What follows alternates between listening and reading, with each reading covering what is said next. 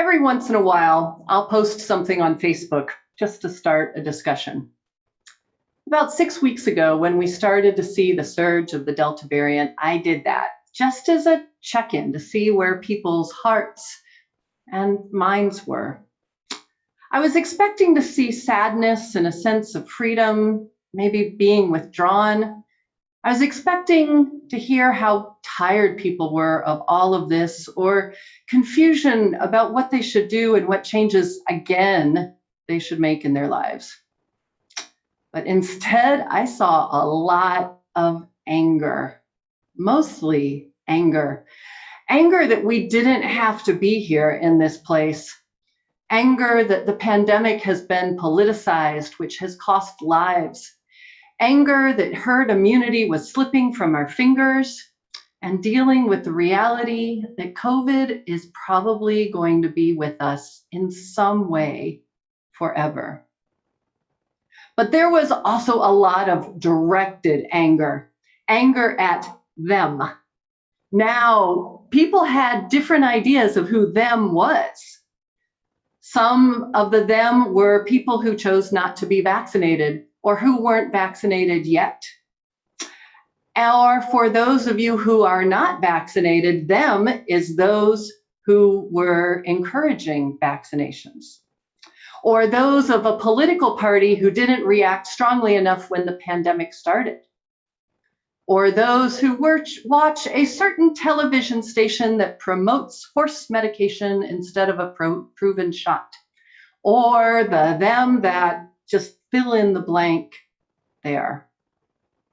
It doesn't help that social media is so good at grouping all of them into caricatures and cartoons of buffoons and keeps on feeding it to us.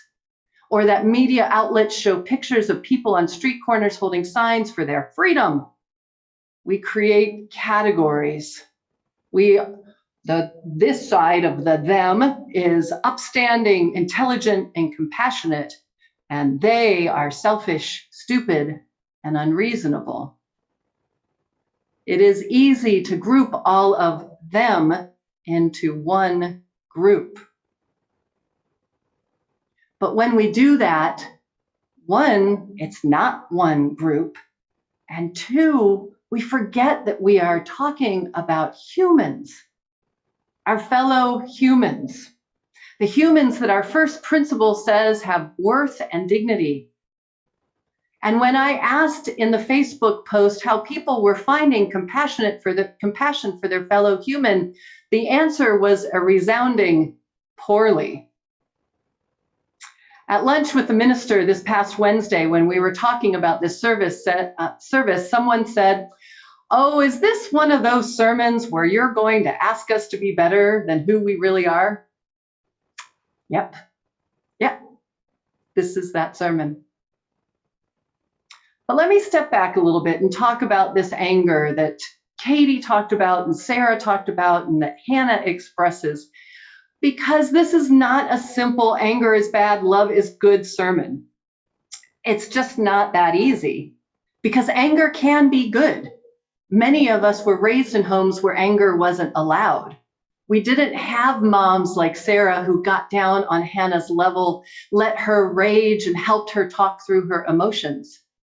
Instead, we were told that anger was bad and we should suppress it. And as a result, many people ended up in abusive relationships or situations with little voice to argue against it.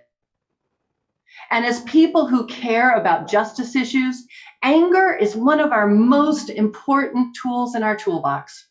We need to be angry at systems that are killing our Black brothers in the name of safety.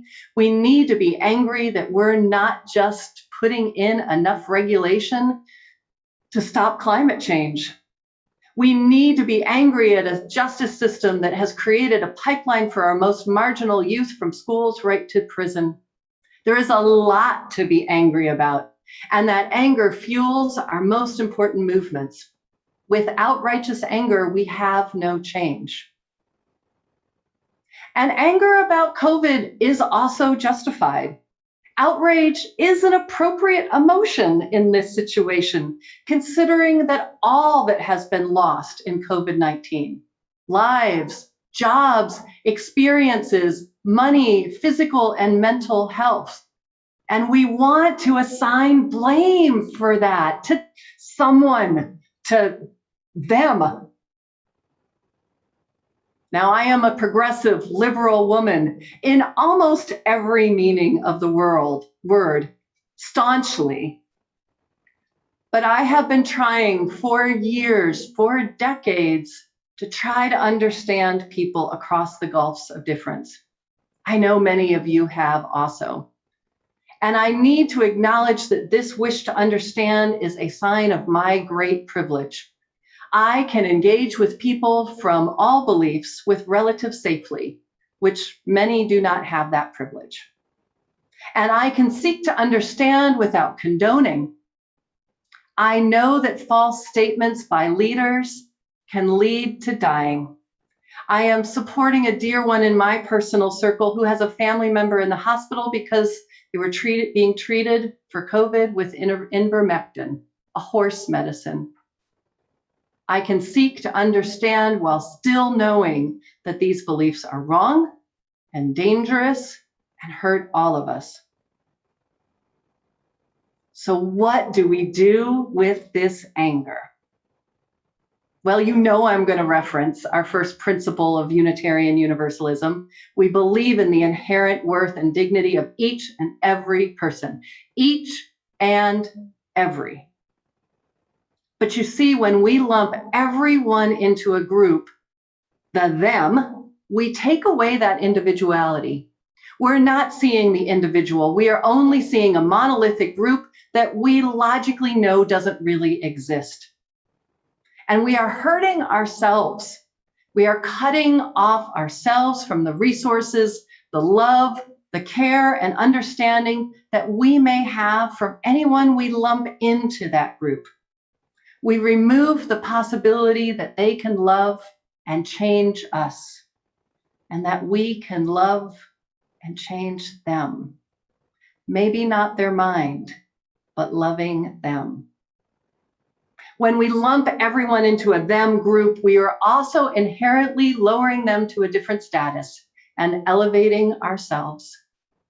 How can we live fully into our own power without lowering others? Do we really have to denigrate others for us to be our full selves? Isn't that what we're actually fighting for when we're fighting against cruel immigration situations and racism? Can we disagree with individual decisions without turning entire groups of people into degrading caricatures? Are we holding up individual worth and dignity when we do that? And are we really helping ourselves? Is that how we're going to feel better about all of this? Is it working? Author Sarah Smarsh wrote an opinion piece in the New York Times entitled, "What to Do with Our COVID Rage." She said, "Anger is a contagious energy that jumps quickly from one person to the next. It will seize your mind and body as its host. If allowed to explode, it will hurt others. If allowed to implode, it will hurt you." I see this anger imploding and hurting us, festering in our hearts. How much energy are you giving in your life to this anger versus creating joy, like we talked about last week, or creating music or art, or making love? Spewing anger is not productive. How can we use that anger creatively?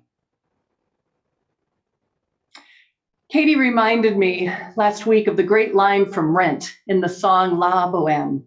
The opposite of love isn't war, it's creation.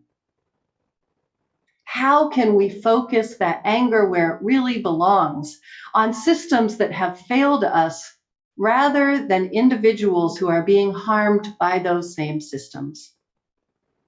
How can we channel that anger to write songs about climate change or to make art that will spread love? Anger is a creative force. Let's use it. And I really want to challenge you here on something else. Is your anger really anger? Or is it a mask for fear?